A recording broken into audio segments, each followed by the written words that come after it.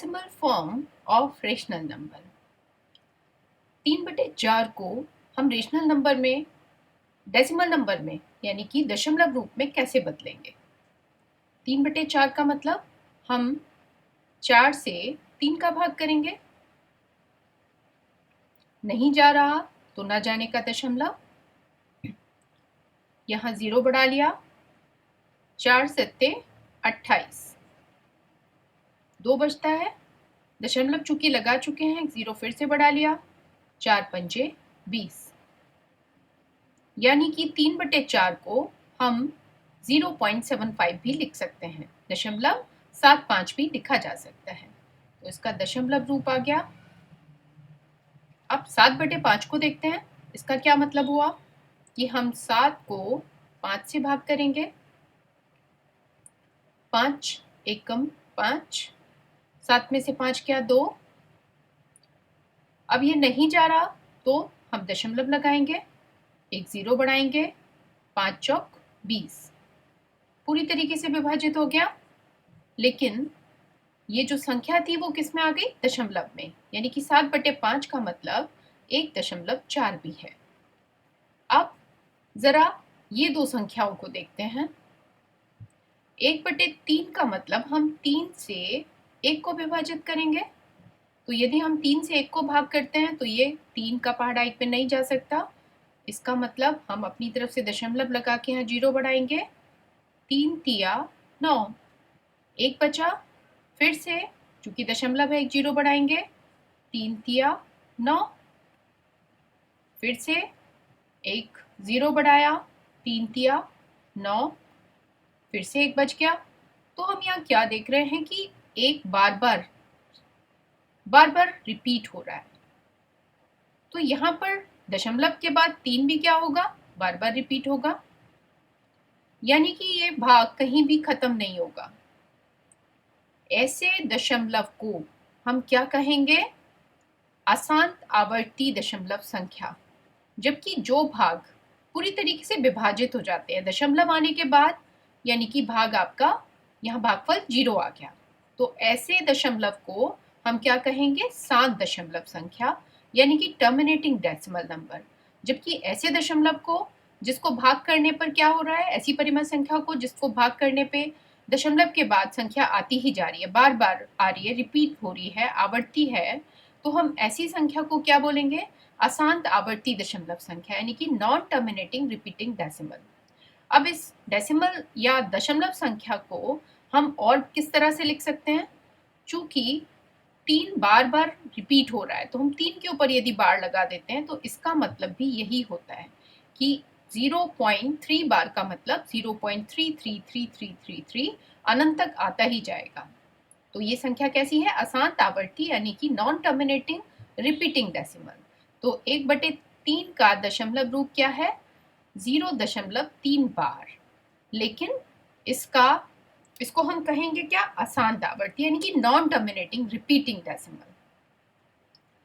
Non terminating जो भाग खत्म नहीं होगा, होता चला जाएगा, और रिपीटिंग मतलब जो बार बार क्या हो रहा है, आवर्ती, यानी कि रिपीट हो रहा है।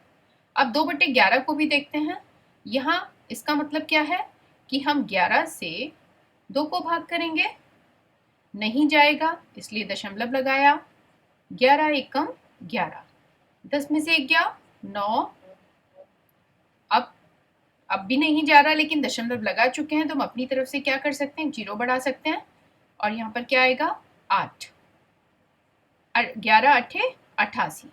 अब क्या बचेगा यहाँ पर, 10 में से 8 गया 2, अभी नहीं जा रहा, लेकिन यहाँ हम क्या देख रहे हैं कि 2 फिर से रिपीट हो गया, यानी कि यही पैटर्न फिर से आएगा, यही चीज फिर से रिपीट होगी। यानी कि किस तरह, हम अपनी तरफ से 0 बढ़ाएंगे और ये कितनी बार जाएगा, 11 बार, फिर से 9 बचा, एक 0 और बढ़ाया, फिर ये कितनी बार जाएगा, 8 बार,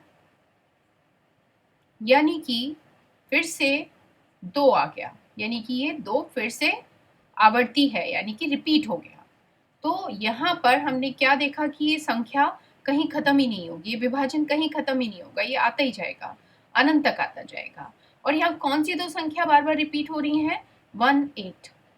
तो यहाँ हम इसको किस तरह लिख सकते हैं, 0.18 और 18 चूंकि 18 रिपीट हो रहा है तो हम बार किस पे लगाएंगे 18 पे। तो इस संख्या को हम क्या कहेंगे नॉन टर्मिनेटिंग। क्यों? क्योंकि खत्म नहीं हो रहा और रिपीटिंग मतलब 18 दोबारा बार बार रिपीट हो रहा है, बार बार आवर्ती है ये। अब देखते हैं तीसरी तरीके की संख्या क्या हो सकती है। परिमेय संख्या के दशमलव रूप की बात कर रहे थे हम। तो 1/6 को अगर हम देखें इस उदाहरण को तो इसका क्या मतलब है कि हम 6 से 1 को भाग करेंगे। ना जाने का 0, ना जाने का दशमलव 0, 6 एकम 6, 10 में 6 गया 4, फिर चूंकि दशमलव है नहीं जाएगा तो 0 बढ़ा सकते हैं, 6 6 36, फिर से 4 आया, फिर हम एक 0 बढ़ा सकते हैं, 6 6 36 और फिर से 4 आ गया। यानी कि यही चीज बार बार रिपीट हो रही है तो यही नंबर बार बार आता जाएगा और हमारा ये विभाजन कहीं भी खत्म नहीं होगा। यानी कि संख्या क्या आएगी 0.1666 और ये चलती चली जाएगी। ये भी कैसा है नॉन टर्मिनेटिंग यानी कि आसांत चूंकि खत्म नहीं हो रहा और रिपीटिंग यहाँ भी क्या है 6 बार बार रिपीट हो रहा है।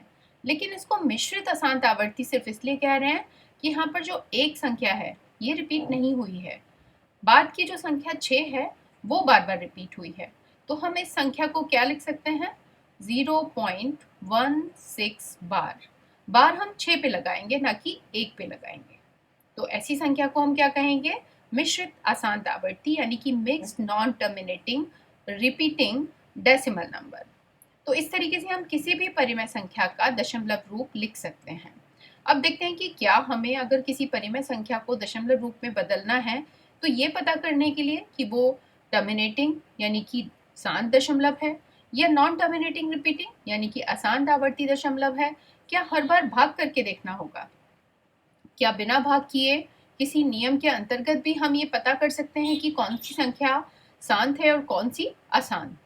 तो इसके लिए अगर हर q संख्या किस रूप में होती है परिमेय संख्या p/q के रूप में, तो यदि हर q के अभाज्य गुणनखंड करने पे वो अभाज्य गुणनखंड या तो 2 आए या 5 आए या सिर्फ 2 या 5 के गुणनखंड हो तो हम संख्या को क्या कहेंगे कि वो पूरी तरह विभाजित हो जाएगी दशमलव के बाद और ऐसी संख्या को हम टर्मिनेटिंग डेसिमल नंबर कहेंगे। जबकि यदि हर में 2 या 5 के अलावा कोई दूसरा अभाज्य गुणनखंड और भी आ जाता है तो हम ऐसी संख्या को हम क्या कहेंगे कि वो अशांत आवर्ती दशमलव यानी कि non terminating repeating decimal number है। इन संख्याओं में चेक करते हैं कि इन संख्याओं में कौन सी टर्मिनेटिंग है यानी कि शांत दशमलव है और कौन सी नॉन टर्मिनेटिंग यानी कि अशांत आवर्ती दशमलव संख्या है। तो 1/4 को चेक करते हैं। 1/4 में हर क्या है 4 और 4 के यदि अभाज्य गुणनखंड करते हैं तो वो क्या आएंगे 2 गुणा 2 यानी कि दो क्या ही रूप है, दोनों अभाज्य गुणनखंड दो ही हैं। तो हम क्या कहेंगे ये जो संख्या है इसको किस समूह में रखेंगे, ये टर्मिनेटिंग डेसिमल नंबर होगा यानी कि शांत दशमलव संख्या होगी। अब 1/8 को देखते हैं। 8 के अभाज्य गुणनखंड क्या हो जाएंगे 2 गुणा 2 गुणा 2।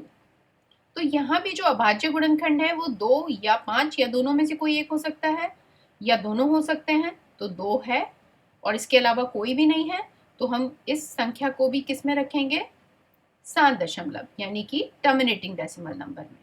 यहाँ हमने बिना विभाजित करे ही पहचान लिया कि ये टर्मिनेटिंग होगी या नॉन टर्मिनेटिंग, पूरी तरह विभाजित हो जाएगी दशमलव के बाद या वो विभाजन चलता ही चला जाएगा। यहाँ देखते हैं तो यहाँ भी 4 के गुणनखंड क्या होंगे 2 गुणा 2, तो ये भी किस में आना चाहिए शांत दशमलव में आना चाहिए। अब इसको देखते हैं -33/10, अगर 10 के अभाज्य गुणनखंड देखें तो 5 गुणा 2, तो ये या तो 2 या 5 या दोनों हो सकते हैं यानी कि ये भी किस समूह में आएगी, ये भी टर्मिनेटिंग के समूह में आएगी -33/10।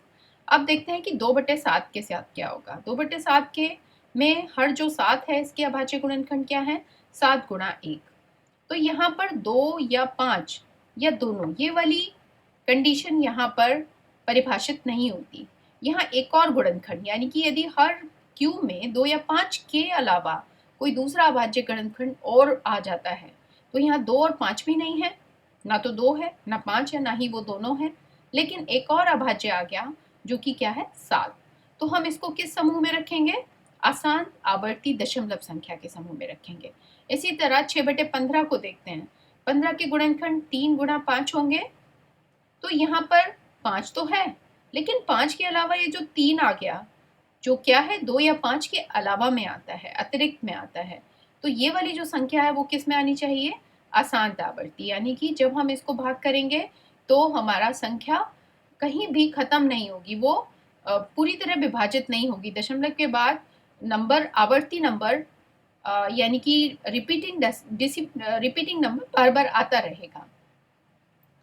तो ये संख्या हमारी किस में आएगी? अशांत आवर्ती, यानी कि नॉन टर्मिनेटिंग रिपीटिंग डेसिमल में। अब 5/18 को भी चेक करते हैं। 18 के अभाज्य गुणनखंड क्या हो सकते हैं? 2 9 18, 3 3 9, यानी कि 2 गुणा 3 गुणा 3। तो यहाँ 2 तो है, लेकिन 2 के अलावा ये जो 3 है, जो हमारी इस कंडीशन को सेटिस्फाइड नहीं करता, यानी कि ये जो संख्या है इसमें 2 या 5 के अलावा 3 भी आ जाता है हर के गुणनखंड में। तो इसलिए ये जो संख्या होगी, अगर हम इसे विभाजित करेंगे तो ये पूरी तरह विभाजित नहीं हो पाएगी। ये विभाजन होता ही चला जाएगा, अनंत तक होगा और आवर्ती भी होगा। आवर्ती मतलब एक कोई संख्या रिपीट भी होगी। तो जरा चेक भी कर लेते हैं। जैसे अगर मान लीजिए आपने 4 को 1 से भाग किया यहाँ, तो दशमलव लगाया, 0 बढ़ाया, 4 दूनी 8, 2 बचा, 1 0 चूंकि दशमलव है, 4 पंजे 20, हो गया ये पूरी तरह विभाजित। तो यहाँ हमने भाग करके देखा, जबकि यहाँ हमने बहुत ही आसानी से सिर्फ हर के अभाज्य गुणनखंड निकाल कर ये समझ लिया कि ये कैसी संख्या होगी? टर्मिनेटिंग डेसिमल नंबर, यानी कि सम दशमलव संख्या होगी।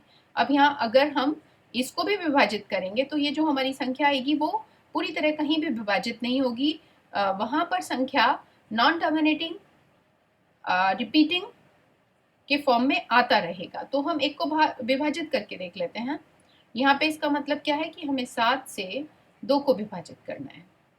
तो दशमलव लगा के 0 बढ़ाया, 7 दूनी 14, 10 में से 4 गया 6, फिर चूंकि दशमलव है 0 बढ़ा लेंगे, 7 8 56, अब 4 बचा है, फिर एक 0 बढ़ा सकते हैं, 7 चौका 28, 7 पंजे 35। अब क्या कर सकते हैं? एक और 10 में से 5 गया 5, एक और 0 बढ़ा सकते हैं। अब कितनी बार जाएगा? 7 6 42, 7 7 49। अब क्या संख्या आ गई? 1 आ गई, फिर एक 0 बढ़ा सकते हैं, 7 1 कम 7, क्या बचेगा? 3। अब एक और 0 बढ़ा सकते हैं, 7 चौक 28। यहाँ पर क्या आया? 10 में से 8 गया 2, यानी कि फिर से ये जो संख्या थी यहाँ पर रिपीट हो गई। यानी कि अब जब हम विभाजन यहाँ से करना शुरू करेंगे तो यही संख्या बार बार आती चली जाएंगी। यानी कि यहाँ फिर से क्या स्टार्ट होगा? 2 8 5 7 1 4, और इसके बाद फिर वही 2 आ जाएगा और ये संख्या फिर से आवर्ती हो जाएगी। इनकी फिर से इतने ही नंबर, इतनी ही अंक बार बार रिपीट होंगे। यानी कि फिर जब हम 7 से 2 को भाग करेंगे तो हमारा जवाब क्या होना चाहिए? 0.2857114, और हम इस पूरे पे बार लगाएंगे क्योंकि ये सारे अंक क्या होंगे? एक साथ बार बार रिपीट होंगे। तो ये कैसी संख्या है? अशांत आवर्ती दशमलव संख्या। अशांत क्यों? क्योंकि ये तो आता ही जा रहा है, कहीं भी विभाजन खत्म नहीं होगा। और आवर्ती क्यों? क्योंकि यही वाले नंबर्स, यही वाले अंक बार बार रिपीट हो रहे हैं, तो इसलिए कैसा है? रिपीटिंग डेसिमल नंबर है। तो इस तरह हम सिर्फ हर को देखकर उसके अभाज्य गुणनखंड करके भी पहचान सकते हैं कि परिमेय संख्या का जो दशमलव रूप है वो टर्मिनेटिंग यानी कि शांत है, या नॉन टर्मिनेटिंग यानी कि अशांत और रिपीटिंग अशांत आवर्ती दशमलव है।